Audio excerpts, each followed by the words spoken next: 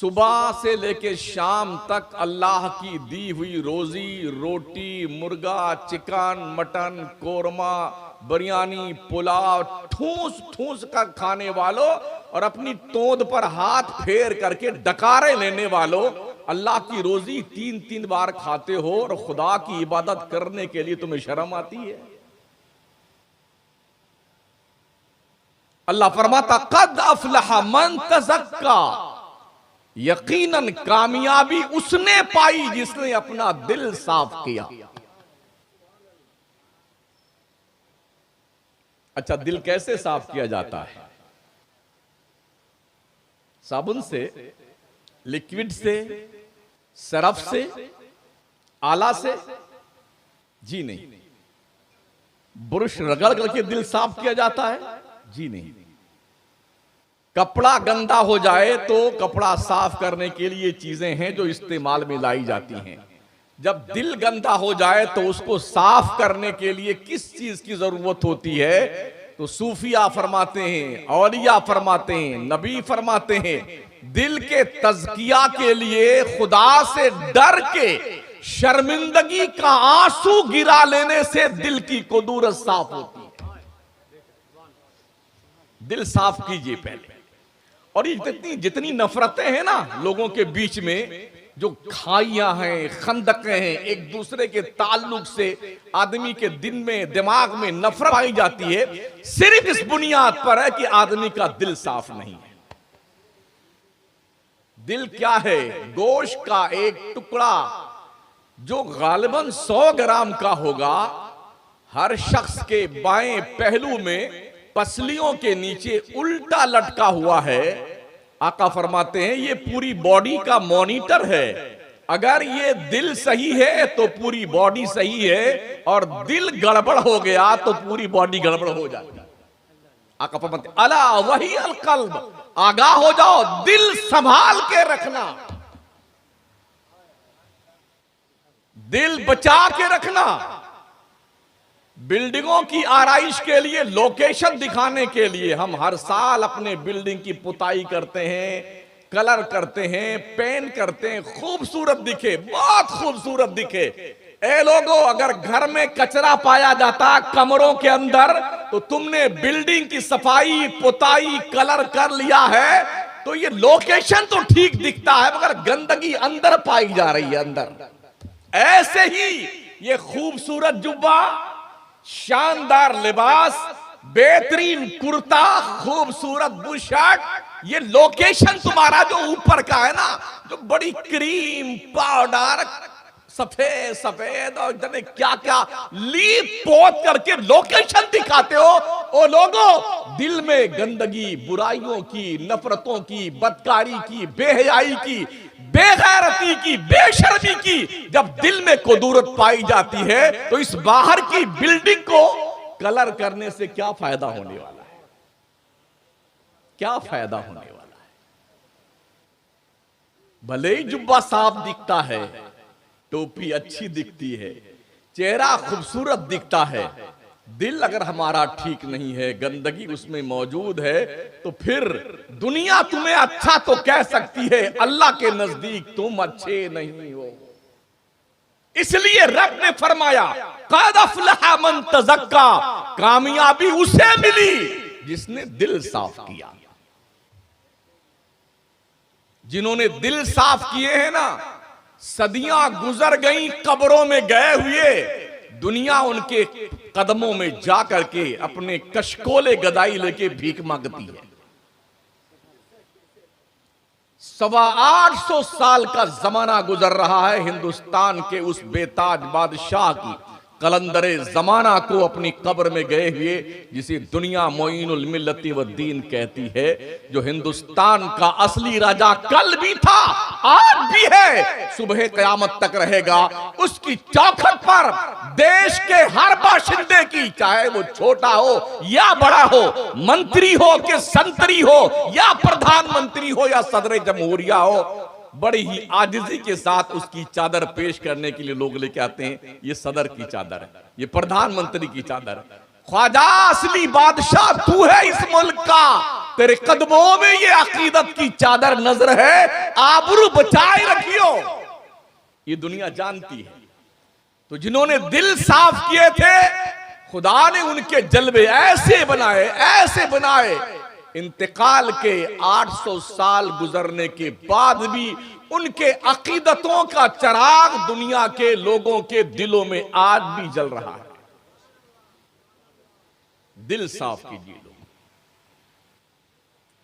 आगे अल्लाह फरमाता वज़कर अस्मा रब्बिही फसल्ला। दिल साफ करने के बाद सेकंड नंबर की जिम्मेदारी आपकी क्या बनती है? रब के नाम की माला जपते रहिए। वज़कर अस्मा रब्बी, ए लोगो अल्लाह अल्लाह करते रहो, अल्लाह को याद करते रहो, जिक्र मौला करते रहो। और जिक्र मौला क्या है? अल्लाह फरमाता है फज़कुरूनी अज़कुरकुम, तुम मुझे याद करो मैं तुम्हें याद करता हूं। अल्लाह को याद करने का सबसे बेहतर तरीका क्या है? अल्लाह फरमाता इन्ननी अनल्लाह ला इलाहा इल्ला अना फअबुदनी व अक़िमिस सलाता लिज़िक्री। हाँ, बेशक अल्लाह मैं ही हूं, मेरे सिवा कोई माबूद नहीं है। लिहाजा ऐ बंदो तुम मेरी इबादत करो और मुझे याद करो। मुझे याद करने का तरीका यह है कि नमाज कायम करो। सुभान अल्लाह।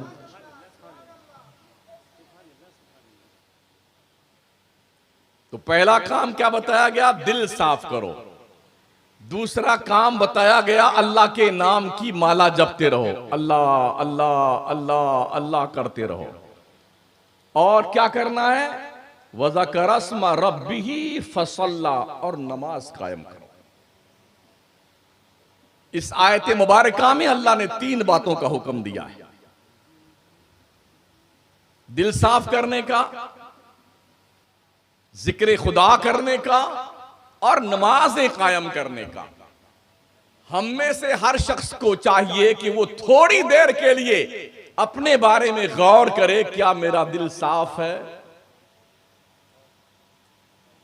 क्या हम अल्लाह के नाम की माला जपते हैं? क्या हमने नमाजें कायम की हुई हैं? आप साल दर साल नहीं, रोजाना नहीं, हर दिन में 5 मरतबा जलसे करते रहो। अगर आपने अपने दिल साफ नहीं किए हैं, अगर आपने खुदा के नाम की तकबीर न पुकारी, अपने रब को याद न किया और आपने नमाजें नहीं कायम करी हैं, तो फिर ऐसे जलसे आपके मुंह पे मार दिए जाएंगे। समझ रहे हो? जलसों के करने का मकसद ये होता है जिसे सुनिए उसे दिल में जगा दीजिए, और दिल में जगा देने के बाद अब तक नमाज नहीं पढ़ते थे अब पढ़ना शुरू कर दो। अब तक झूठ बोलते थे, झूठ बोलना बंद कर दो। अब तक गुनाह करते थे, गुनाह करना बंद कर दो। तब तो जलसा करने का मकसद समझ में आता है। और अगर हमने जैसे कल थे हम वैसे आने वाले कल में भी रहे तो ठीक है, उठते रहिए, बैठते रहिए, जय जयकार करते रहिए। हम जैसे 50 मौलाना आएंगे, शायर बहुत सारे आएंगे और आपके नजराने लेके जाएंगे, खाएंगे आपकी, और वाह वाह वाह वाह सुभान अल्लाह करके चले जाएंगे। मगर इतने कूटे जाओगे ना मुरादपुर के लोगों, इतने कूटे जाओगे ना शक्लें पहचानने में नहीं आएंगी। क्या बात है, वाह वाह, बहुत बुरी मार मारे जाओगे। तुमने सिर्फ जन्नत का तस्वुर सुना उलमा से ना कि जन्नत ऐसी है, जन्नत वैसी है, हूर के साथ शादी होगी, गिलमान खिदमत करेंगे, और एक बार सुभान अल्लाह कहो तो 10 पेड़ लगते हैं जन्नत में, लगते हैं। मगर अपनी जमीन में लगाओ। जमीन खरीदी नहीं है, प्लॉट लिया नहीं है, नर्सरी से पेड़ लेके आ गए, कहां लगाओगे? पहले जन्नत में जमीन तो खरीद लो भाई साहब। और सुनो, जब काबा बनाने के लिए दोनों पैगंबरों ने पत्थर इकट्ठे किए, इब्राहिम और इस्माइल अलैहिस्सलाम ने, तो जितने पत्थर, लगभग 5 पहाड़ों का पत्थर इकट्ठा किया गया था। जितने पत्थर काम में आने थे वो काम में आए, पत्थर बहुत सारा बच गया। तो अल्लाह के हुक्म से एक आंधी आई और वो पत्थर उड़ा के ले गई दुनिया भर में। जहां छोटा पत्थर गिरा है वहां छोटी मस्जिद बनी है, जहां बड़ा पत्थर गिरा है वहां जामा मस्जिद बनी है। तो आपके मुरादपुर में भी एक छोटा पत्थर गिरा है जहां मस्जिद बनी हुई है। समझ रहे हैं? मस्जिदें क्या है? जन्नत की क्यारी हैं। क्या है? एक तो जन्नत की क्यारी वो है जो मदीने तैयबा में है, हुजूर के रौज़ा और हुजूर के मिंबर के बीच की जो जमीन है उसे जन्नत की क्यारी, रौदतुम मिन रियाजिल जन्ना कहा जाता है उसे। जिसने वहां जन्नत की क्यारी में नमाज पढ़ ली, कदम रख दिया, उसे अल्लाह जन्नत में भेजेगा। हदीस शरीफ में आया है कि कल हशर में अल्लाह जन्नत की उस क्यारी को उठा के जन्नत में रख देगा। तो मस्जिदें भी जन्नत की क्यारियां हैं। इन मस्जिदों में अपना नाम लिखाते रहो, आते जाते रहो, इबादत करते रहो। कल जब हशर के मैदान में ये मस्जिदें उठा के जन्नत में रखी जाएं तो ये मस्जिदें अल्लाह से गुजारिश करें, अल्लाह जब तूने हमें लाकर जन्नत में रख दिया है, कम से कम उन बंदों को भी हमारे अंदर लाके रख दे जो दुनिया में हमारे अंदर आके इबादत करते हैं। तो यूं ना सही ऐसे ही आपका नंबर जन्नत में जाने का आ जाएगा। तो मस्जिदों से रिश्ता गुलामी इस्तवार के रखे हो और इससे गुलामी बना के रखो मस्जिदों से, और मस्जिदों में आते जाते रहा करो ताकि फरिश्तों के रजिस्टर में ये लिखा हुआ हो कि ये बंदा इतने इतने वक्त यहां नमाज पढ़ने आया है। समझ रहे हैं? तो जन्नत की क्यारियां हमने तसव्वुर उलमा से सुना, हदीसें पढ़ी, कुरान में पढ़ा। अगर जन्नत के हूर के दुपट्टे का एक कोना काली रात में आसमान दुनिया की तरफ लटका दिया जाए तो काली रात में पूरी दुनिया में उजाला फैल जाए। जन्नत की खुशबू अगर एक सुई के नोक के बराबर दुनिया में डाल दी जाए, पूरी दुनिया खुशबू से मुअत्तर हो जाए। आदमी बड़ा खुश हो, कसम खुदा की जन्नत है और जन्नत में जाएंगे। खुशफहमी के शिकार है ना हम ही जन्नत में जाएंगे, हम ही जन्नत में जाएंगे। भैया किसी को पता नहीं है कौन जन्नत में जाएगा। समझ रहे? ना मुझे पता ना मेरे बाप को पता। हमने ऐसी कोई इबादत अब तक नहीं की है जिस पर यकीन के साथ मैं कह सकूं ये इबादत खुदा के शान के लायक है। अगर आपके पास कोई सजदा है तो मुझे बताओ कि हमारा ये सजदा अल्लाह की शान के लायक है। किसी के पास एक भी सजदा ऐसा नहीं है, पूरी ज़म्बील हयात में एक नेकी हमारे पास नहीं है जिसे हम कॉन्फिडेंस के साथ कह सकें ये अल्लाह के दरबार में पेश करने के लायक है। ये चेहरा इस काबिल नहीं है कि हम रब को दिखा सकें। जनाबे नसीर गोलड़वी ने एक अच्छा शेर कहा है, अल्लाह का दरबार तो बहुत बड़ा दरबार है। जब मदीने तैयबा गए ना तो उन्होंने नात लिखी थी, उसका एक शेर है, शर्म इसियां से नहीं सामने आया जाता। या रसूल अल्लाह, गुनाहों की बुनियाद पर मुझे शर्म आती है कि मैं आपके मवाजे अक़दस के सामने आऊं, जो आपका रौजा शरीफ जहां से सलामी पेश करते हैं ना, लोग कतार बांध के जाते हैं, जहां पे 70,000 फरिश्ते सुबह आते हैं, शाम तक सलातो सलाम पेश करते रहते हैं। 70,000 फरिश्ते शाम को आते हैं, सुबह तक सलातो सलाम पेश करते रहते हैं। और जो एक बार आ जाता है कयामत तक दोबारा उस फरिश्ते का नंबर नहीं आएगा। वो दरबार पुरवकार मदीने तैयबा में है। उस सरजमीन पर पहुंचने के बाद पीर नसीर गोलड़वी कहते हैं, या रसूलल्लाह, शर्म इसियां से नहीं सामने आया जाता। आका आपके जाली शरीफ के सामने आते हुए मुझे शर्म आती है, इसलिए कि ये चेहरा आपको दिखाने के लायक ही नहीं है। या रसूलल्लाह, हमने वो गुनाह किए हैं, वो खताएं करी हैं, जाने अनजाने में हमने गुनाहों के अंबार लगाए हैं। या रसूलल्लाह, सामने शर्म की बुनियाद पे मुझसे आया नहीं जाता, शर्म इसियां से नहीं सामने आया जाता। ये भी क्या कम है तेरे शहर में आए हुए हैं। माशाअल्लाह। नबी के शहर में पहुंच जाना ये मामूली बात है। जिसको नबी बुलाते हैं वही मदीने तैयबा जाता है। तो तो जन्नत का हमने तस्वुर भी देखा, बांध रखा है, जन्नत के बारे में सुन भी रखा है, जन्नत के बारे में पढ़ भी रखा है, लेकिन कभी जहन्नम के बारे में कुछ सुना और पढ़ा है? हमारे उलमा ने सिर्फ जन्नत समझाया, जन्नत जन्नत, हूर गिल्मा, और ये माशाल्लाह क्या दीवारें मुश्को अंबर की, क्या फल फ्रूट होंगे, क्या बढ़िया बढ़िया दरख्त लगे होंगे, पेड़ लगे होंगे, और फूल होंगे, पत्तियां होंगी जो सोने चांदी हीरे जवाहरात जमुर्रत के होंगे। बड़ा खुश होता है, इंशाअल्लाह जरूर जाएगा। कभी आईने में चेहरा देख लो साथी, क्या इस लायक है कि जन्नत में जाएं? क्या इस लायक है कि खुदा की जन्नत का दीदार करें?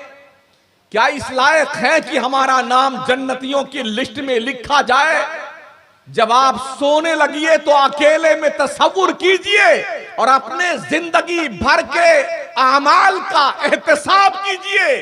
अकेले में बता, ओ मेरे दिल तू फैसला कर, क्या मेरा अमल मुझे जन्नत में ले जाने के लायक है? पूछो अपने दिल से। अल्लाह की कसम, आपका दिल आपको नकार देगा। जालिम, तेरी जिंदगी की एक भी नेकी ऐसी नहीं है जो शान मौला के मुताबिक हो, रब के दरबार में पेश करने के काबिल हो। तो ये तस्वुर बांधा जाता, पीर साहब जन्नत में लेके जाएंगे, वो जन्नत में लेके जाएंगे। भैया कोई जन्नत में ले के नहीं जाएगा, ये ध्यान रखिएगा, समझ रहे हैं आप? हाँ, अगर ठीक अमल आपका है, अकीदा ठीक है, अमल ठीक है, तो फिर तवक्को रखिए, वो लोग भी सिफारिश कर देंगे जन्नत के लिए। और अगर ऐसा नहीं है तो भुगतान देने के लिए तैयार रहिए। हाँ, हजरत सैयदा फातिमा ज़हरा को जब कब्र के हवाले किया गया ना जन्नतुल बकी शरीफ में, सुभान अल्लाह, सबसे मुअज़्ज़ज़, सबसे मुकर्रम, सबसे बाबरकत कब्रिस्तान जन्नतुल बकी मदीने तैयबा का, हुजूर के रौज़े शरीफ के बिल्कुल पास में। फातिमा ज़हरा को कब्र के हवाले करने के बाद हजरत अबू ज़र ग़िफ़ारी ने कब्र को मुखातब करके फरमाया, ओ कब्र, तुझे पता है कौन तेरे अंदर आया हुआ है? कब्र ने जवाब दिया, अबू ज़र, मैं कब्र हूं, यहां हसब नसब बयान मत कर। कब्र ये नहीं पूछती कौन आया है, कब्र तो ये पूछती है क्या लेके आया है, क्या लेके आया है। किसके बारे में ये?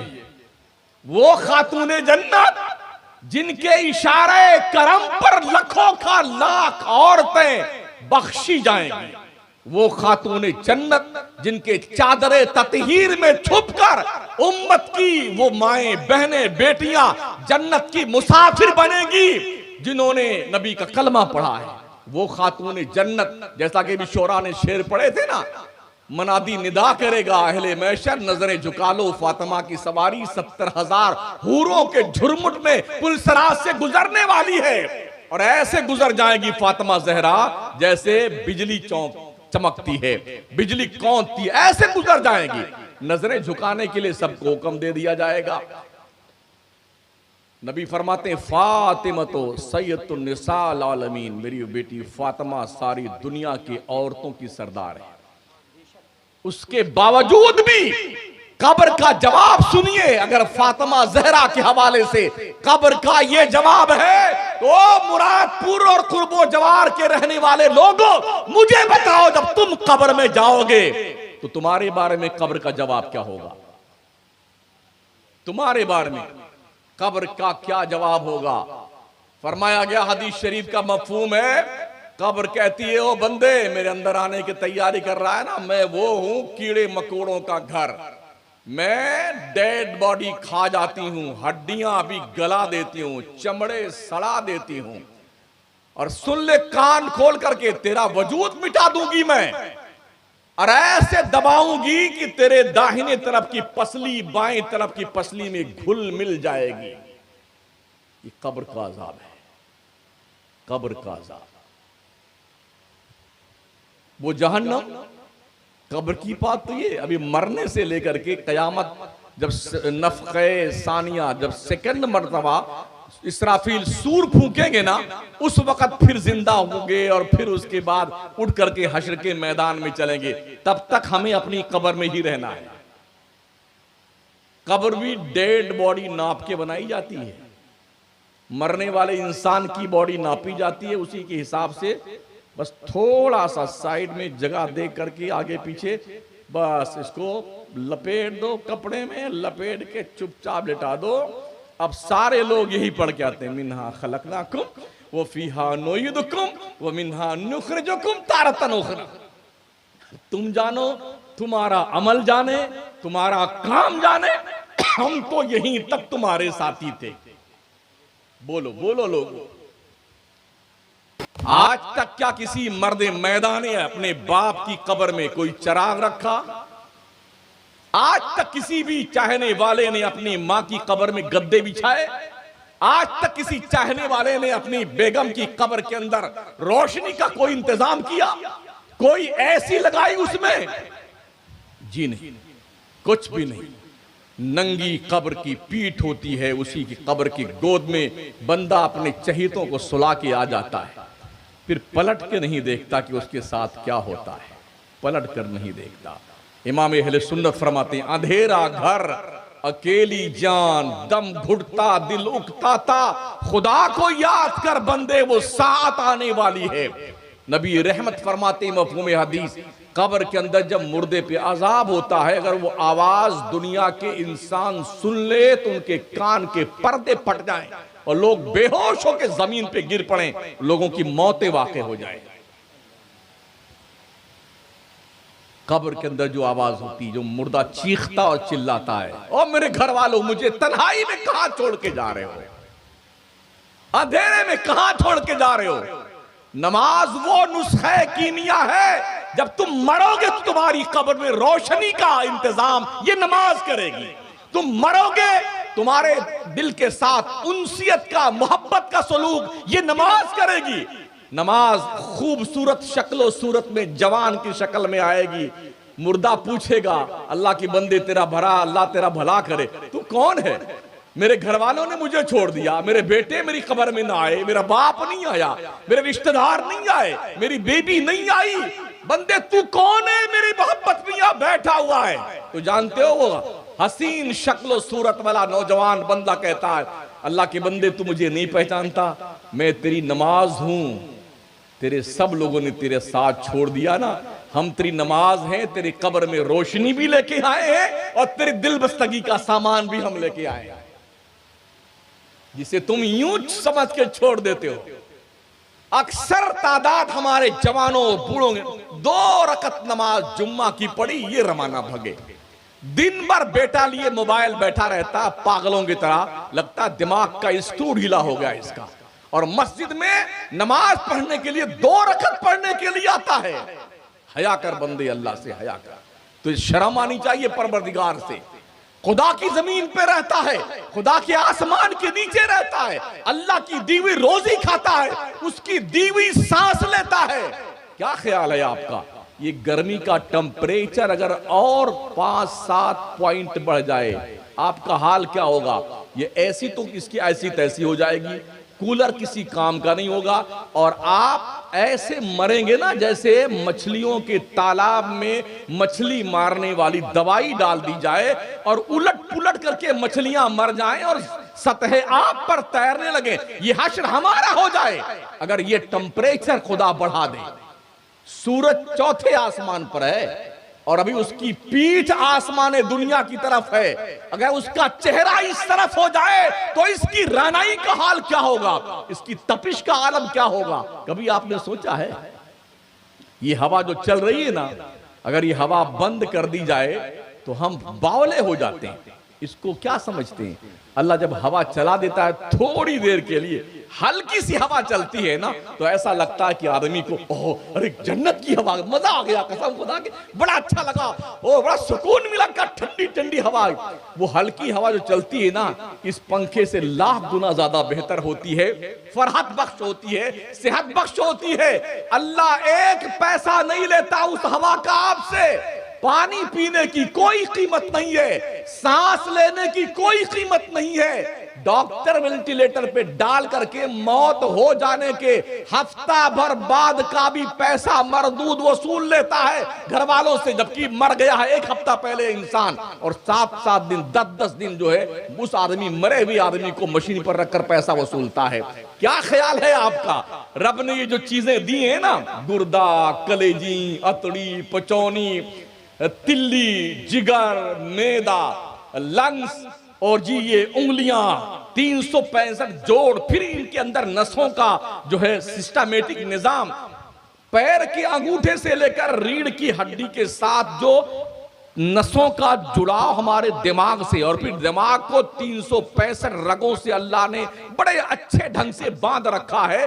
ये सिस्टम खुदा का, एक बारीक सी नस अगर डिस्टर्ब हो जाए तो आदमी कोमा में चला जाता, कोमा में।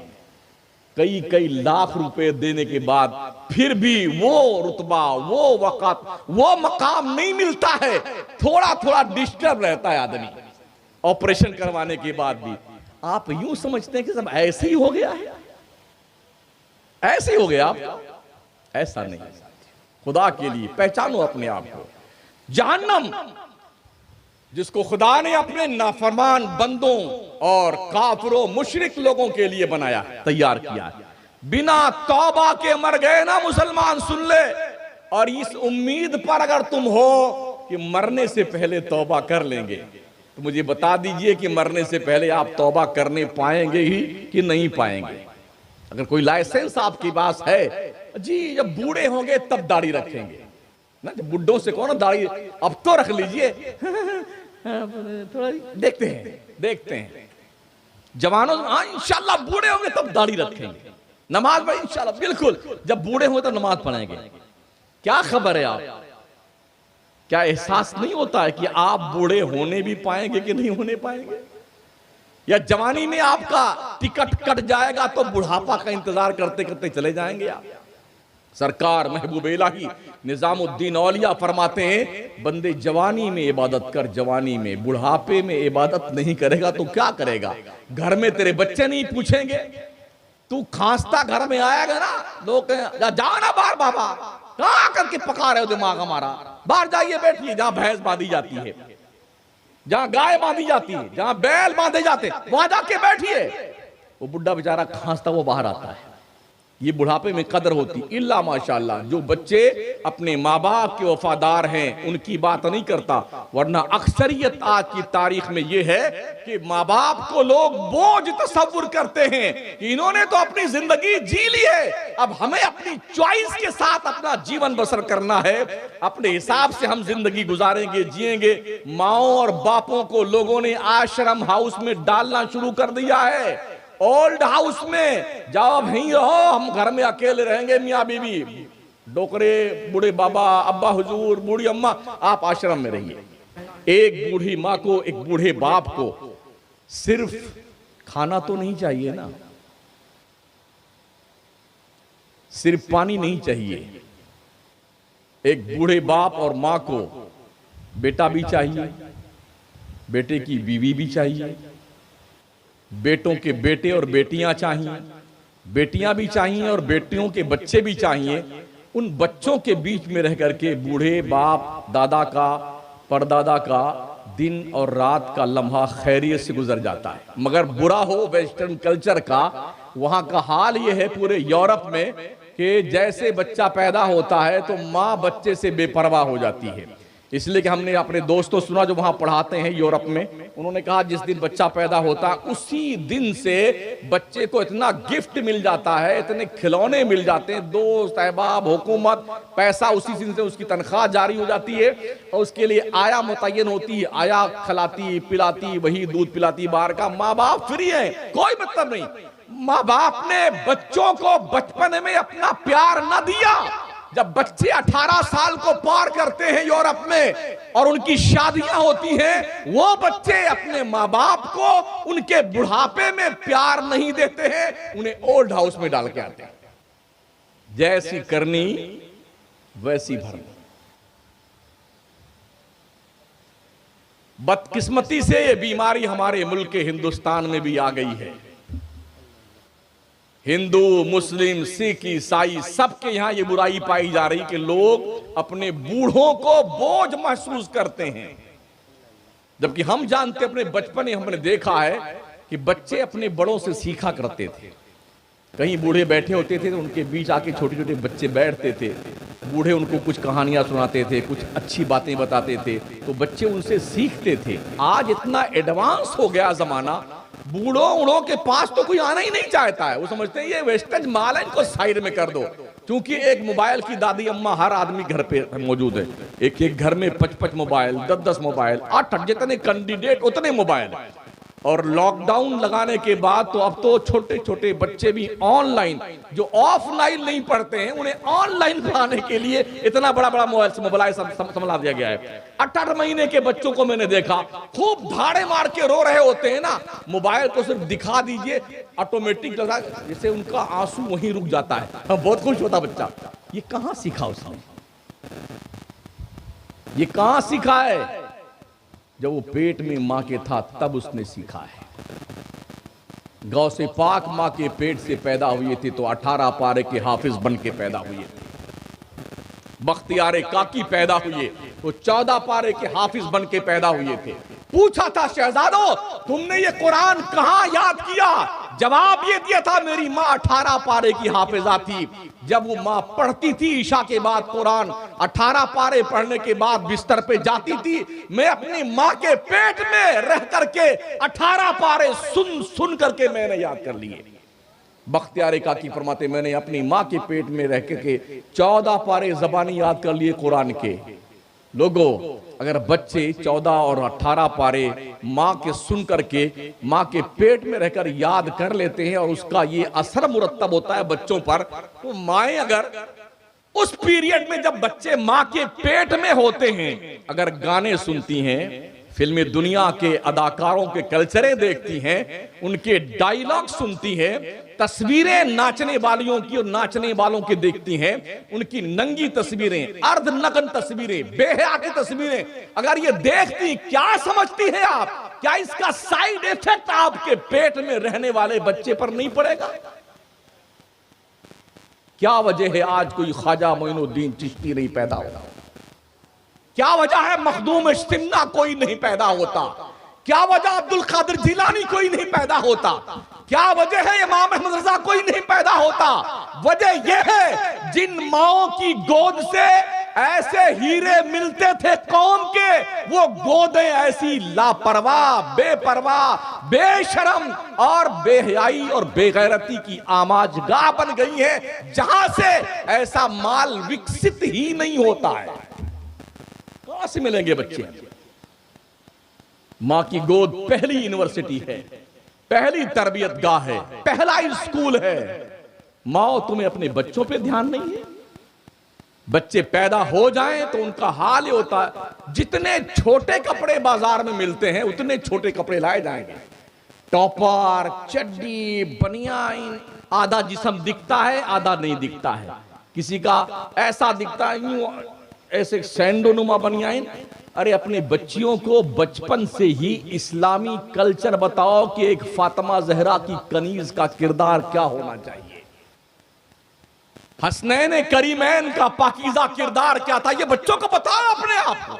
आज की तारीख में ये बहुत जरूरी है, बहुत इंपॉर्टेंट है, इसलिए कि जब तक तुम अपने बच्चियों को और बच्चों को ये नहीं सिखाओगे तो ये बच्चे आगे चल करके कोई गुलामे मोइनुद्दीन नहीं, कोई कनीज़े फातिमा नहीं, बल्कि कोई सलमान रुश्दी बन के पैदा होगा और कोई तस्लीमा नसरीन पैदा होगी। इस तरह से बेहया लोग पैदा होंगे और कौम में वो जहर घोलेंगे मजहब के खिलाफ, इस्लाम के खिलाफ, कुरान के खिलाफ, नबी की अज़मात के खिलाफ। आज किसी इस बात का एहसास नहीं है कि तहफ़्फ़ुज़े नामूसे रसालत के लिए पूरी दुनिया में एहतजाज हो रहा है, खासकर हमारे पूरे मुल्क हिंदुस्तान में रोज एहतजाज हो रहा है। लोग गुस्ताखियां कर रहे हैं, एहतजाज कर रहे हैं, लोग एहतजाज कर रहे हैं। मैं कहता हूं जरूरत कहां पेश आती है यार एहतजाज करने की? हम क्यों ना अपने बच्चों और बच्चियों को इतना पाबंद बना दे, इतना पाबंद बना दे ना, दुनिया को नजर उठाने की हिम्मत न पड़े हमारे बच्चों और बच्चियों पर। ये कब होगा? ये ज़ौक़े जुनू उस वक्त बेदार होगा जब बाप और माँ दोनों मिल करके बच्चों की परवरिश और विलादत के जमाने से पहले से लेकर के उनके तरबीजो इशात पर, उनके जहनों फिक्र के ऊपर इस्लामी कल्चर का कि रंग आफरीनी करने का काम करेंगे, तब कभी जाकर के ये माहौल पैदा होगा। अगर हमने ये काम शुरू नहीं किया है ना, तो आप लाख चिल्लाएं, तहफ्फुज़े नामुसे रसालात, गिरफ्तारी दीजिए, ज्ञापन दीजिए, प्रदर्शन कीजिए, आप ही मारे जाओगे, आप ही कूटे जाओगे, आप ही जेल में जाओगे और आपका ज्ञापन रद्दी की टोकरी में डाल दिया जाएगा। मुझे बताओ, नबी के नामूस के तहफ्फुज़ के लिए दिल में आपके ज़ौक़ है, मगर मैं क्या पूछ सकता हूं कि नबी की जो 11 बीबियां थी उनका नाम क्या था, कितने को पता है? क्या मैं ये पूछ सकता हूं कि नमाज के अंदर शरायत कितनी है, वाजिबात कितने हैं और फराइज कितने हैं? क्या कोई जवाब दे सकता है कि नबी के 3 शहजादे थे और 4 शहजादियां थीं, इनके नाम क्या हैं और चारों शहजादियों का निकाह किस किस से हुआ है? क्या आप बता सकते हैं कि गज़वात में कितने गज़वे में नबी ने शिरकत फरमाई है, कितने सराया पेश आए हैं, बदर के मैदान में कितने मुसलमान शहीद हुए हैं? क्या बता सकते हैं आप? नबी की मक्की जिंदगी और मदनी जिंदगी का कंपेयर करने के बाद दोनों का फर्क बता सकते हैं आप? जब आपको यही पता नहीं है तो तहफ्फुज़े नामूसे रिसालत करने का ये स्वांग रचाना, ये कहां की दानिशमंदी है? पहले दीन सीखिए, दीन अपना मजहब सीखिए। सिर्फ जन्नत के लालच में, तखय्युल में जन्नत का तवाफ मत कीजिए, जन्नतियों जैसे काम भी कीजिए। मैं अर्ज कर रहा था जहन्नम के हवाले से। एक दिन नबी करीम बैठे हुए थे, जिब्राईल अमीन आए बारगाह मुस्तफा सल्लल्लाहु अलैहि वसल्लम में। एक धमाका खेज आवाज आई। हुजूर ने पूछा, जिब्रील ये आवाज कैसी है? उन्हें अर्ज किया, या रसूलल्लाह, 70 साल पहले जहन्नम की मुडेर से एक पत्थर जहन्नम में ढकेला गया था, 70 साल के बाद वो पत्थर जहन्नम की तह में पहुंचा है, ये उसका धमाका है। क्या समझते हैं आप? कितना गहरा जहन्नम है? पत्थर ढकेला जाए मुडेर से और 70 साल में तह तक पहुंचे जहन्नम के, कितना गहरा जहन्नम है। जिस जहन्नमी को जहन्नम में डाला जाएगा ना, जानते हो उसके बारे में क्या फरमाया गया है? उसका जो ये मोड़ा है ना, मोड़ा, इस मोड़े से लेके इस मोड़े तक, हदीस शरीफ का मफहूम ये है, तेज रफ्तार घुड़सवार अगर यहां से दौड़े, इस मोड़े तक दौड़ाए घोड़ा को, तेज रफ्तार, 2 महीने में यहां से यहां तक पहुंचेगा। सुन रहे हैं? जहन्नमी को जो दांत होता है, दांत, एक दांत ओहद पहाड़ के बराबर होगा। ओहद पहाड़ कितना बड़ा है? 15 किलोमीटर में है। मुंह में 32 दांत हैं, 32 को 15 किलोमीटर के हिसाब से गुणा करके देखिए कि ये दांत जो 15 किलोमीटर का एक दांत होगा, तो 32 दांत 15 किलोमीटर के हिसाब से कितना बनता है? कितने बड़े मुंह में और चेहरे में उस दांत को सेट किया जाएगा, कितना बड़ा सर होगा उसका, तसव्वुर कीजिए। ये जो खाल है ना, खाल, ये जहन्नमी खाल, ये 70 मीटर मोटी होगी ये खाल, 70 मीटर। जब जहन्नमी को जहन्नम में डाला जाएगा तो 70 साल तक पानी पानी पानी चिल्लाता रहेगा। दारोगे जहन्नम से, पानी चाहिए, पानी चाहिए, पानी चाहिए। 70 साल तक उसके इस सवाल का जवाब नहीं दिया जाएगा। क्या पिएगा उसमें? जहन्नमियों का बदबूदार पीप, पेशाब और खून पिएगा, वही खाएगा वो जहन्नम में। 70 साल के बाद दारोगे जहन्नम कहेगा, क्या मांग रहा है? वो कहेगा, पानी चाहिए पीने के लिए। कहा, ठीक है, देता हूं। तो जहन्नम के एक दहकते हुए बर्तन में जहन्नमियों के खौलते हुए पीप और लहू को, खून को जो बदबूदार होगा, वो दिया जाएगा पीने के लिए।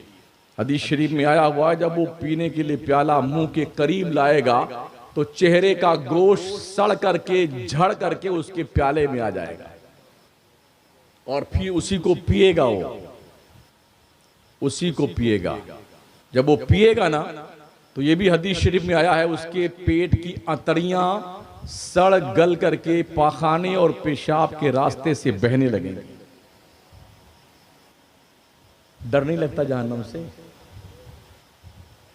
ये चमड़ा जब गल जाएगा जल करके तो अल्लाह क्या फरमाता, कुल्लमा नदिजत जुलूदुहुम बद्दल्लाहुम जुलूदन गैरहा लियज़ूक़ुल अज़ाब।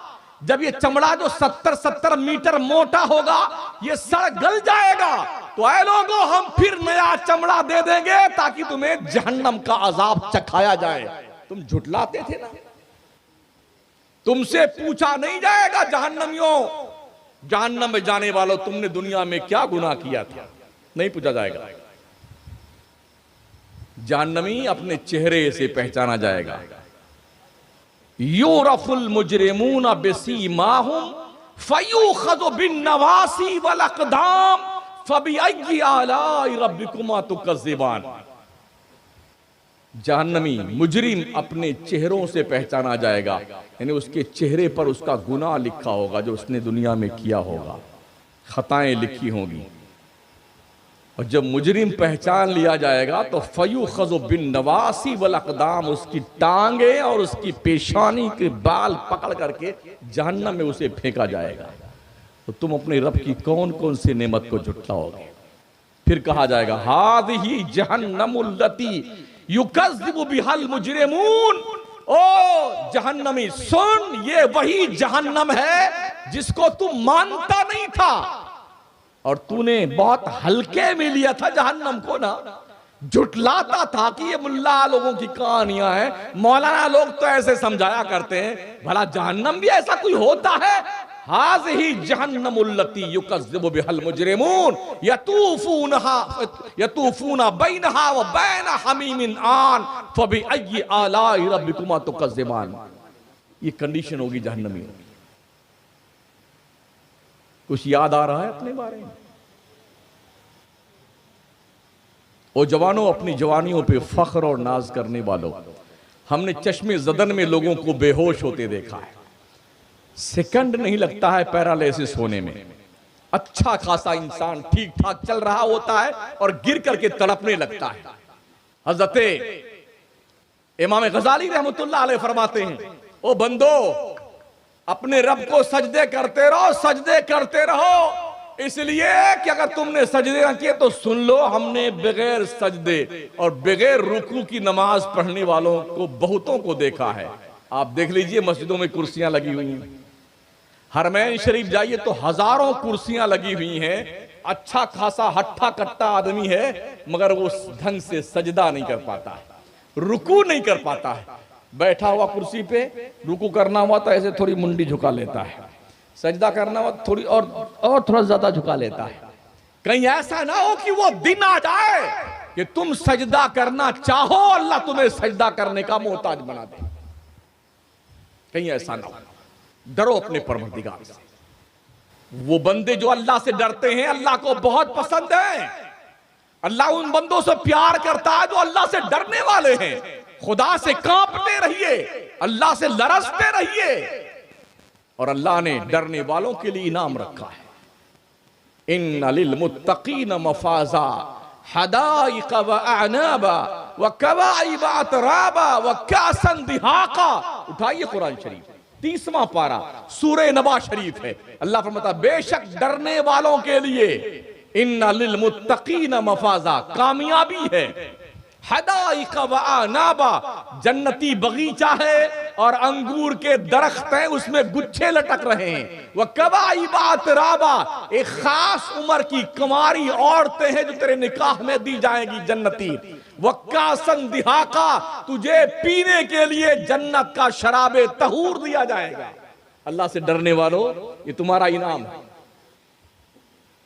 सजदे करो मौला को अपने, बंदरी करो अपने परवरदिगार की, रोते रहियो अपने रब की चौखट पर।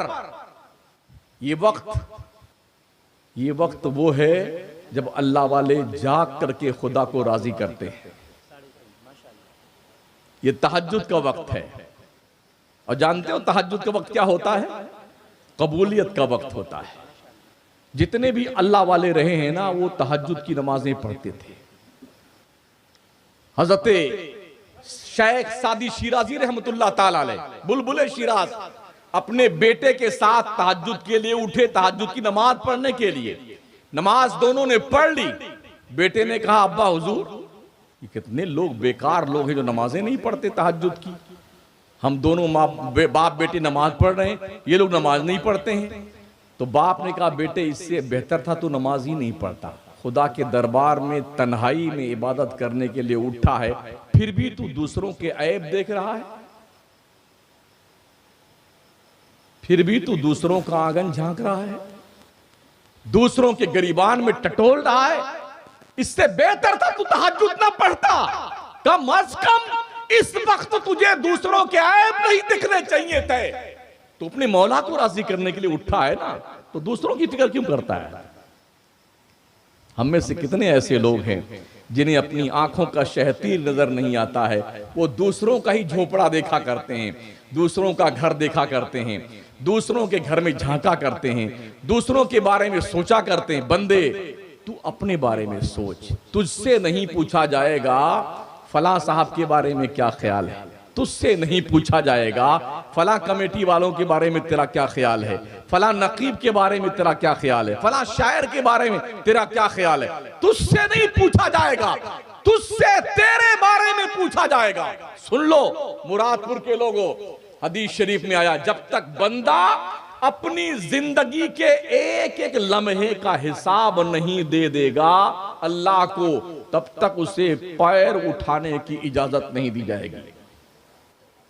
जब बंदा अल्लाह के दरबार में पेश होगा ना हशर के मैदान में, तो अल्लाह पूछेगा 60 साल 70 साल 80 साल की उम्र जो तूने दी थी, तुझको हमने दी थी ना, ये बता बंदे तूने इस उम्र को किस काम में खर्च किया है। ओ इस जलसे में बैठे हुए लोगों, जिसकी जितनी भी उम्र है वो हिसाब जोड़ ले कि हमने अल्लाह को अपने जिंदगी के एक एक पल का हिसाब देना है, एक एक नेमत का हिसाब देना है।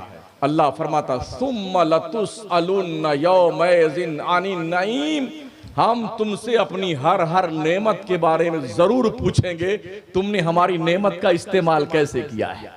दे सकते हैं जवाब हम खुदा को? जिस खुदा का दरबार ऐसा, कुरान फरमाता, यौम यक़ूमुर रूहु वल मलाइका सफ़्फ़न ला यतकल्लमूना इल्ला मन अदिना लहुर रहमान व क़ाला सवाबा। हश्र के मैदान में जिब्रील अमीन, फरिश्तों का गिरोह अल्लाह के दरबार में खड़ा होगा तो कांपता होगा। किसी को बात करने की हिम्मत ना होगी अल्लाह से, वही बात कर सकता है जिसे अल्लाह हुक्म देगा, परमिशन देगा। हमारा तो नंबर भी नहीं आएगा। हम तो सिर्फ रात भर जलसा करने के आदी हैं, जागरण मंच करने के आदी हैं। हाँ, फिर सुबह सोएंगे, फजर गायब, जोहर गायब, असर गायब, मगरिब गायब, इशा गायब। जुम्मा में कभी कभी जियारत करने मस्जिद में तशरीफ ले आएंगे। नमाजें पढ़ने से शैतान बहुत रोकता है। एक शख्स उठा नमाज पढ़ने के लिए, अपने घर से निकला, अंधेरा था, पैर टकराया किसी चीज से, गिरा कीचड़ में, कपड़ा गंदा हो गया, गुस्से में उठा, वापस घर में आया, नहाया, कपड़ा दूसरा पहना, फिर निकला, फिर गिरा, फिर कपड़ा लथपथ हो गया गंदगी में, फिर वापस पलट के आया, गुस्ल किया, दूसरा कपड़ा पहना, फिर तीसरी बार चला। जब बाहर निकला नमाज पढ़ने के लिए, तो एक शख्स जो है चिराग लिए खड़ा हुआ था। कुछ ना इन्होंने उससे पूछा, ना उसने इससे कुछ पूछा। वो रोशनी दिखाता हुआ उस बंदे को मस्जिद के पास ले गया। वो अंदर चला गया नमाजी, और ये बाहर गेट पे खड़ा रहा चिराग लेकर के। जब नमाज पढ़ के वो शख्स बाहर निकला, तो चिराग लेकर के आने वाला फिर चिराग दिखाता हुआ उसको उसके घर तक ले आया। जब वो चिराग दिखाने वाला वापस पलट के जाने लगा, तो उस नमाजी ने पूछा, अल्लाह के बंदे, तूने इतना नेक काम किया है तो कम से कम अपना नाम तो बताता जा, तू कौन है यार? तूने इतना करम मेरे साथ किया है, रोशनी दिखा के मुझे मस्जिद तक ले गया, रोशनी दिखा के मेरे घर तक छोड़ने आया, अब बता तू कौन है? उसने कहा, मेरा नाम जानना चाहते हो? कहा हाँ। कहा, मेरा नाम इबलीस है, मैं शैतान। कहा तेरा नाम तो नमाज से रोकना है। कहा बिल्कुल मेरा काम नमाज से रोकना है। कहा फिर तूने मुझे रोशनी का इंतजाम क्यों किया, मस्जिद तक लेकर गया, मस्जिद से घर तक लेके आया, क्यों? कहा बंदे हमें ये बहुत दुश्मनी होती है, बहुत गुस्सा लगता है जब अल्लाह किसी मुसलमान को बख्श देता है। कहा अच्छा क्या हुआ? कहा जब तू पहली बार गिरा और गलाजत में मुलव्विस हुआ, कपड़ा तेरा गंदा हुआ, जिद में गुस्से में आके तूने गुस्ल किया, नया कपड़ा दूसरा पहना, फिर चला, तो अल्लाह ने तेरे इस अमल के बदले में तेरे घर भर की बख्शिश फरमा दी। कहा अच्छा क्या दूसरी मरतबा तू गिरा और फिर वापस आके तूने गुस्ल किया, दूसरा कपड़ा पहन करके फिर मस्जिद से चला, तो अल्लाह ने तेरे पूरे खानदान की बख्शिश कर दी। और फिर तीसरी बार जब तू तेरे साथ ऐसा हुआ तो मैंने ये सोचा कहीं ऐसा ना हो कि तू फिर गिरे गलाजत में, फिर वापस पलट के आए, नहाए और फिर नया कपड़ा पहन के मस्जिद में जाए, तो अल्लाह तेरे सदके में तेरे पूरे गांव की बख्शिश कर देगा। तो जितने को हमने बचाना चाहा उतने को बचा लिया, उनको बख्शने नहीं दिया। ये शैतान का काम है। जब आप नमाज के लिए उठना चाहेंगे ना तो शैतान आपका पैर दबाएगा। अरे बेटे कहाँ जा रहे हो, आराम कर लो, कितनी ठंडी ठंडी हवा आ रही, सुबह सुबह की है, एसी चल रही है, कूलर चल रहा है। अच्छा जब से ये एसी और कूलर होगा ना, जब से और ऐसी तैसी हो गई। पहले तो लोग जाग भी आते थे नमाज पढ़ने के लिए, अब कम वक्त जागता ही नहीं है, ठाठ से सोता रहता, ठंडी ठंडी हवाएं। एक तो ये हवा ठंडी ठंडी और दूसरे शैतान पैर भी दबाता करके, बेटे सोता रहा बेटा सोता रहा। हदीस शरीफ का मफहूम है वो नाक के अंदर यहाँ जहाँ पतला हिस्सा है यहाँ करके वो यूं अपना जो है मसल करता है ताकि इसको आराम और सुकून मिले और खर्राटे मार के सोया करे, फिर सोता रहता है वो। और जब नमाज कज़ा करवा देता है तो फिर निकल के चला, अब बेटे तू सोता रहे, हमें क्या लेना देना, जागे चाहे ना जागे। अल्लाह फरमाता है इन्न शैतान लिल इंसानी अदुव्वुम मुबीन, बेशक शैतान इंसान का खुला हुआ दुश्मन है। ए लोगो, शैतान जो तुम्हारा खुला हुआ दुश्मन है, उस खुले हुए दुश्मन से सतर्क और होशियार रहने के लिए हम क्यों तैयार नहीं हैं? असर और मगरिब के बीच में अपने छोटे बच्चों को रास्तों पे मत छोड़ा करो मेरी माँ बहनों। शैतान के टोले निकलते हैं इस वक्त में और उसके लपेटे में कहीं ऐसा ना हो कि आपके बच्चे आ जाएं। शैतान उस वक्त दौरे पे निकलता अपनी पूरी जुर्रियत के साथ में। तो असर और मगरिब के बीच में ना तो बच्चों को सड़क और रोड और चौराहों पे जाने दो और ना ही कोई माँ बहन बेटी अपने मकान की छत पर जाए इस हाल में कि उसके सर के बाल खुले हुए हों। ऐसा होता है कि छत पर जाने के बाद वो कंडीशन होती है, शैतान उसमें आ जाता है, फिर एक जमाना तक उसे झेलना पड़ता है। ये कोई बताएगा नहीं, मुझे आपको तकरीर सुना करके अपनी तारीफ मुझे नहीं करवानी कि बहुत तकरीर जमा दी मैंने, नहीं। सुन लीजिए, ये आपके काम की चीजें हैं, आपके काम आएंगे, इसको ध्यान से सुनिए साथियों, समझ रहे हैं? और अपने बच्चों को बचपन से ही इस लायक बनाओ, तुम्हारे बच्चे कॉलेज में जाएं, स्कूल में जाएं, पढ़ने जाएं, बाजार में जाएं, उनको ये एहसास रहे कि वो मुसलमान के बच्चे हैं।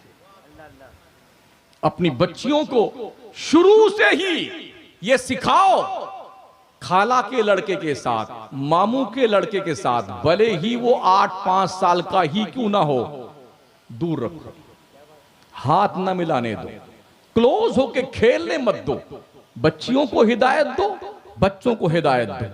ये रिश्ते इतने खतरनाक होते हैं कि बढ़ते बढ़ते वो किसी और तरफ भी कदम उठ जाते हैं, फिर दोनों तरफ के लोग मुंह दिखाने के काबिल नहीं रहते हैं।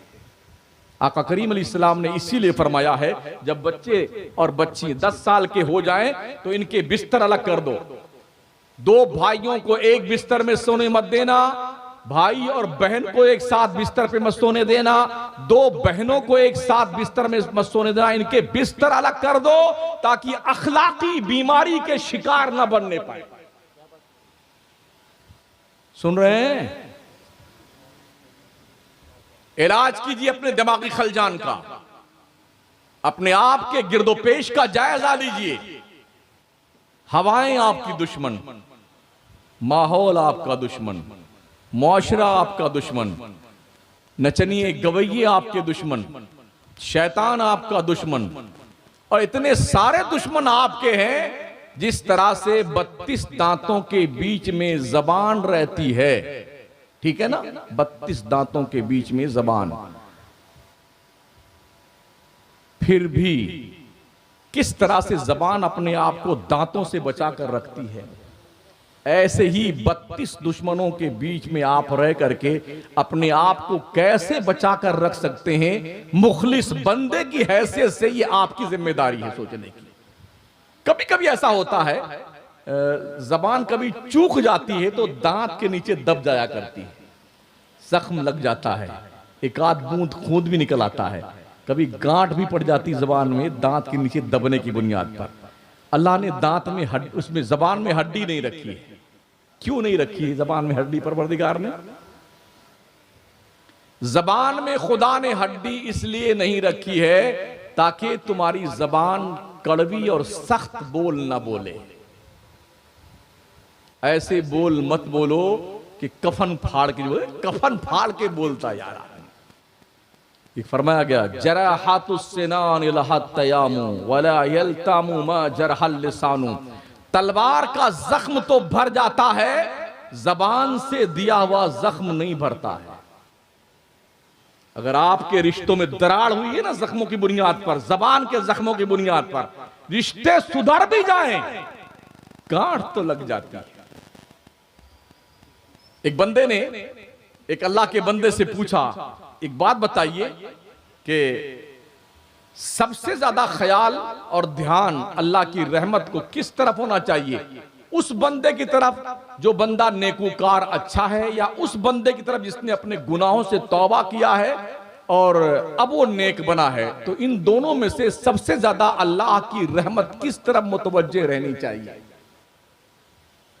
तो हमने भी देखा है करगा चलाने वालों को, तो वो फरमाते हैं, बेटे मैं कोई बहुत बड़ा मौलाना तो नहीं हूं, कोई आलिम नहीं हूं, हां मैं कपड़ा बुनता हूं, धागा को डालता हूं उसके जहां जहां डालना होता है। जब कोई धागा टूट जाता है तो उसमें हम गांठ बांध देते हैं। धागे जो बिल्कुल सीधे जिसमें गांठ नहीं होती है ठीक होते हैं, हम उस पर ध्यान नहीं रखते हैं, हम ध्यान उस धागे पर रखते हैं जिसमें हमने गांठ डाली हुई कि ये ना टूट जाए। तो इससे तुम अंदाजा लगा सकते हो। तो बताया उसने, हाँ हाँ शायद ही वजह है, अल्लाह अपने उस बंदे की तरफ ज्यादा मुतवज्जे होता है जो अपने गुनाहों से तौबा करके हर रिश्ते गुनाह तोड़ के अपने रब की दहली से करम पे आता है। अल्लाह की रहमत उस तरफ ज्यादा मुतवज्जे रहती है। तो अगर हमने अब तक तौबा नहीं किया है, लोगों तौबा करो अपने गुनाहों से। या अय्युहल्लज़ीना आमनू तूबू इलल्लाहि तौबतन नसूहा, ए ईमान वालो तुम अपने गुनाहों से ऐसी तौबा करो जिस तौबा के बाद गुनाह करने का इरादा ना हो, जिस तौबा के बाद गुनाह करने का इरादा ना हो। इस उम्मीद पर कल तौबा कर लेंगे, परसों कर लेंगे, एक महीने बाद कर लेंगे, अगले रमजान से कर लेंगे, ये तूले अमल दे करके तौबा की तारीख मत दिया करो कोर्ट और कचहरियों की तरह। जितनी जल्दी हो सके जो कल करना है वो आज कीजिए, जो आज करना है वो अभी कीजिए, इसलिए कि मौत इंफॉर्मेशन देके नहीं आती है। उजाले अपनी यादों के हमारे साथ रहने दो, न जाने किस गली में जिंदगी की शाम हो जाए, कहां पकड़ करके गला दबोच दे मलकुल मौत, कुछ पता नहीं। अल्लाह फरमाता, कुल इन्नल मौतल्लज़ी तफिर्रूना मिन फइन्नहु मुलाक़ीकुम। मुस्तफा तुम फरमाओ मेरे बंदों को कह दो, तुम जिस मौत से भागते हो वो तो मौत तुमसे जरूर मुलाकात करके रहेगी, बच नहीं सकते हो। और ऐसे यूं खींच कर मौत ले आती, बाप के सामने बेटे को, बेटे के सामने बाप को, माँ के सामने बेटी को, बेटी के सामने माँ को। सारा घर भार टिका हुआ है देखने के मरीज को, सबके बीच में आया मलकुल मौत, ये पकड़ा, चल लेके निकला, जब रूह निकाला। और गेट पे जब पहुंचता है ना मलकुल मौत जब रूह निकालता, मेरे नबी फरमाते हैं क्या तुम ये समझते हो कि बहुत आसानी से रूह निकलती है? नहीं नहीं लोगों, मेरे नबी फरमाते हैं मलकुल मौत 500 फरिश्तों को लेके आता, 500 फरिश्तों को, अकेले नहीं आता है रूह निकालने के लिए, 500 फरिश्ते आते हैं। वो जिसकी रूह निकाली जाए, कोई पैर पकड़ता है, कोई हाथ दबा कर, कोई गला दबा के रखता है, कोई मुंडी पकड़ के रखता है। क्या ख्याल है आपका? एक देसी मुर्गा ज़बा करना होता है ना, तो बड़ी आसानी से ज़बा नहीं होता है, चिल्ला चिल्ला के वो आसमान सर पे उठा लेता है। ये जो भी बनारसी मुर्गा आया, बनास्पति, इस मुर्गे की बात नहीं करता हूं, हाँ जी बॉयलर मुर्गा, इसकी बात नहीं करता। ये तो ये दरबे में सब बंद है, एक को निकाला यूं, एक ही हाथ से उसका पंख पकड़ा, मुंडी पकड़ी और यूं बिस्मिल्लाह की गया काम से, इतना ही करता है, ची बस खत्म। वो अंदर जो दरबे में बैठे हुए हैं ना, वो बड़े मस्त रहते हैं, वो दाना चुनते रहते हैं, खाते रहते हैं, बड़े मौज में रहते हैं। उसको पता नहीं एक गया है, दोबारा मेरा नंबर आएगा, फिर तीसरे का नंबर आएगा, सब एक के बाद दूसरे का नंबर आ जाता है। लेकिन जो देसी मुर्गा होता है ना, अल्लाह अकबर, अकेले कोई ज़बा नहीं कर सकता, दोनों पंख को पैरों के नीचे दबाना पड़ता है, उसके बाद मुंडी पकड़नी पड़ती है, दोनों टांग को पकड़ना पड़ता, फिर भी कक कक कक कक चिल्लाता रहता है काटते काटते। क्या ख्याल है आपका? जब एक मुर्गा की जान निकलने में इतनी तकलीफ होती है, तो ये 6 फीट का, 7 फीट का, 5.5 फीट का बंदा जब इसकी जान निकलती तो क्या आसानी से निकलती? मेरा नबी फरमाता फरिश्ते उसको दबा कर रखते हैं, फिर रूह निकाली जाती है। आका फरमाते हैं अगर फरिश्ते जकड़ कर ना रखें तो ऐ लोगों तुम देखते मरने वाला मौत की तकलीफ की शिद्दत से जंगलों में भागता फिरता। ये नबी फरमाते हैं। और जब रूह निकाल के मलकुल मौत गेट पर पहुंचता है ना, पूरा खानदान, पूरे घर वाले पो पो रोने शुरू करे, चिल्ला चिल्ला करके, तो मलकुल मौत रूह को लेकर के गेट पे खड़ा होता और कहता ओ घर वालों तुम क्यों रोते हो? इसको सुनो, अल्लाह की कसम मैंने इसके मुकद्दर का एक दाना नहीं छीना है, जितना दाना लेके आया था कुदरत तरफ से खा चुका।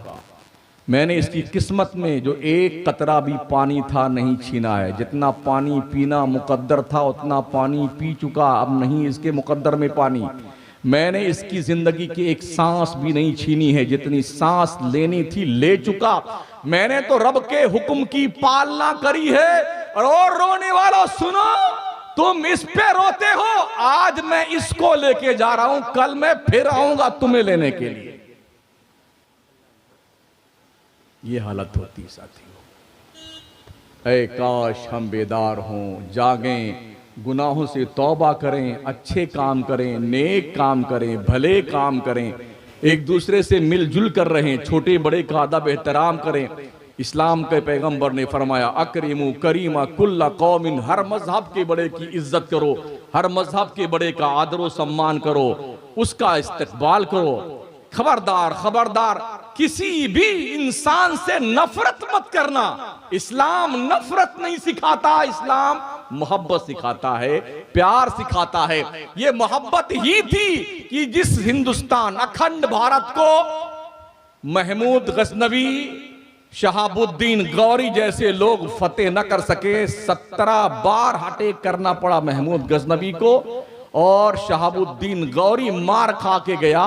उस अखंड भारत को एक मर्द कलंदर ने अजमेर की धरती पर बैठ करके दिलों की दुनिया को फतेह किया, और 90 लाख कुफ्र के दिलों में कलमे मुस्तफा की रोशनी पैदा की ख्वाजा ने। उस मर्द कलंदर ने कोई तलवार नहीं चलाई थी। अखलाक, प्यार, इंसानियत, सबकी कदर करना, सबसे प्यार से बात करना, मोहब्बत से बात करना, बड़ों का अदब करना, छोटों से शफकत करना उनके साथ, यही तो हमारे इस्लाम का इम्तियाजी मकाम है ना। आका फरमाते हैं मल्लम यरहम सगीरना वलम युअक्किर कबीरना फलैसा मिन्ना, जो अपने छोटों से प्यार नहीं करता है, अपने बड़ों की इज्जत नहीं करता है, नबी फरमाते वो हमारी सोसाइटी का मेंबर नहीं है। ये चंद गुजारिशात थी जो लगभग 1 घंटा 20 मिनट के अंदर मैंने आपके गोशे गुजार की हैं, और मैं समझता हूँ कि इतना बहुत है। तूफान नूह लाने से ऐ चश्म फायदा, 2 बूंद ही काफ़ी है अगर कुछ असर करे। खैर इस वक्त रात के हिस्से में जब मैं बोल रहा हूं तो ये ऐसा ही है जैसे एक साथ किसी अच्छे हरे भरे खेत में भैंस गाय बकरियां भेड़ें सब पहुंच सब खा जाएं तो डंठल बचा रहे ना, तो वो ऐसे हाल है। कास्फी माकूल, खाई हुई खेती, फजालहुम कास्फी माकूल। अल्लाह ने जो अबरहा खरीद के ऊपर जो बाबिल का लश्कर भेजा था, अब तैरन बाबिल है ना, अलम तरा कैफ फअल रब्बुका बि अस्हाबिल फील अलम यजाल कैदहुम फी तज़लील व अरसल अलैहिम तैरन अबाबिल तरमीहिम बिहिजारतिन मिन सिजील फजालहुम कास्फिन माकूल।